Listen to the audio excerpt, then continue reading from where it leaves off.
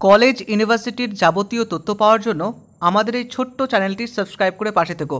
University of গৌড়বঙ্গের আন্ডারে যারা বিভিন্ন কলেজে 6th সেমিস্টারে পড়ছো এবং তোমার সাবজেক্ট যদি পাস কোর্সে হিস্ট্রি থাকে, তাহলে আজকের সাজেশন ভিডিওটি তোমার জন্য।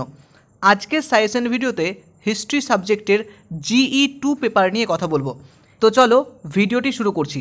এই সাবজেক্টের কোশ্চেন পেপার দুটো বিভাগে থাকবে।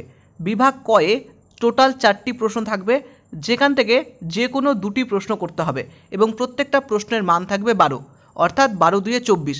একই রকমভাবে বিভাগ ক্ষয়ে 4টি প্রশ্ন থাকবে, সেখান থেকে দুটো প্রশ্ন করতে হবে এবং প্রত্যেকটি প্রশ্নের মান থাকবে 4, অর্থাৎ 4 দুয়ে 8। এই নিয়ে টোটাল 32তে তোমাকে কোশ্চেনের আনসার করতে হবে। চলো দেখে নাও সাজেশন প্রশ্নগুলো। প্রথম প্রশ্ন, বৌদ্ধ ধর্ম উত্থানের পশ্চাতে বৈষয়িক ও আদর্শগত পটভূমি আলোচনা করো। নেক্সট, শশাঙ্কের কৃতিত্ব আলোচনা করো। নেক্সট, অশোকের ধম্ম নীতির বৈশিষ্ট্যগুলি আলোচনা করো। নেক্সট, ডেমিট্রিয়াসের ওপর একটি ছোট টিকা লেখো। নেক্সট, ইন্দো গ্রিক কারা ছিলেন, ভারতের সাংস্কৃতিক ক্ষেত্রে তাদের অবদান আলোচনা করো। নেক্সট, সাতবাহন শাসক গৌতমীপুত্র সাতকর্ণীর কৃতিত্ব আলোচনা করো। নেক্সট, গুপ্ত শাসন ব্যবস্থার বৈশিষ্ট্যগুলি আলোচনা করো। নেক্সট, সাম্রাজ্যবাদী শক্তি হিসেবে মগধের উত্থানের পেছনে রাজনৈতিক ও অর্থনৈতিক পটভূমিকা নিয়ে আলোচনা করো। নেক্সট, ভারতের কুষাণ শাসনের রাজনৈতিক এবং সাংস্কৃতিক গুরুত্ব মূল্যায়ন করো। নেক্সট, মৌর্য শিল্প ও স্থাপত্যের প্রধান বৈশিষ্ট্যগুলি সম্পর্কে আলোচনা করো। তুমি কি এর মধ্যে কোনো বিদেশি প্রভাব পরিলক্ষিত করো, সেটি আলোচনা করো। নেক্সট, একজন সাম্রাজ্য নির্মাতা হিসেবে চন্দ্রগুপ্ত মৌর্যের কৃতিত্ব আলোচনা করো।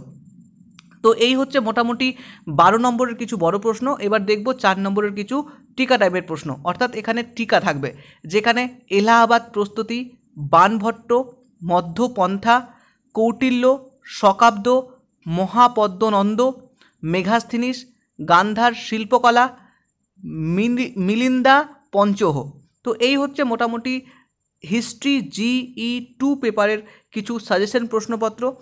আশা করি এই প্রশ্নপত্র তোমাদের জন্য খুব সহযোগিতা করবে আগামী পরীক্ষায়।